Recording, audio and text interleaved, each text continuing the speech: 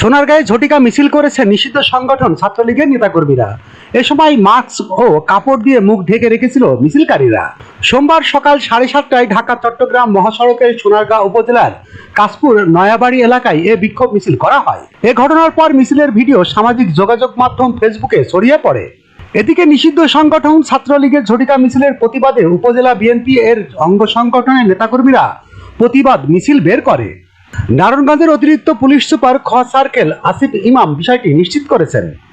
জানা যায়, গত 5 আগস্ট পরবর্তীতে সোনারগাঁয়ে এই প্রথম প্রকাশ্যে আওয়ামী লীগের অঙ্গ সংগঠনের ব্যানারে কোনো কর্মসূচি করতে দেখা গিয়েছে নিষিদ্ধ সংগঠন ছাত্রলীগের নেতাকর্মীদের।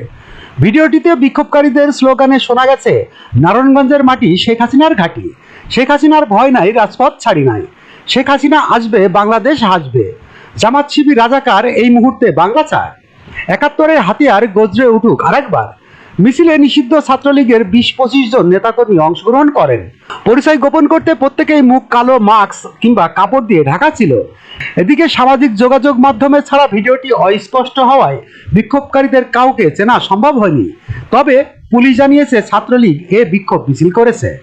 অপরদিকে নিষিদ্ধ সংগঠন ছাত্রলীগের ঝটিকা মিছিলের প্রতিবাদে উপজেলা বিএনপি ও এর অঙ্গ সংগঠনের নেতাকর্মীরা প্রতিবাদ মিছিল বের করে।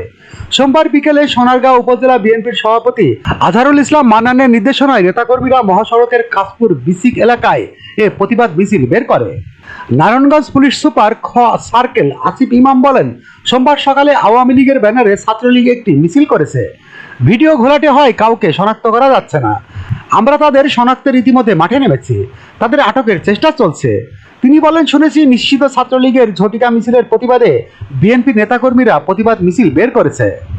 এসবিডি 24 সত্য প্রকাশে প্রতিশ্রুতিবদ্ধ।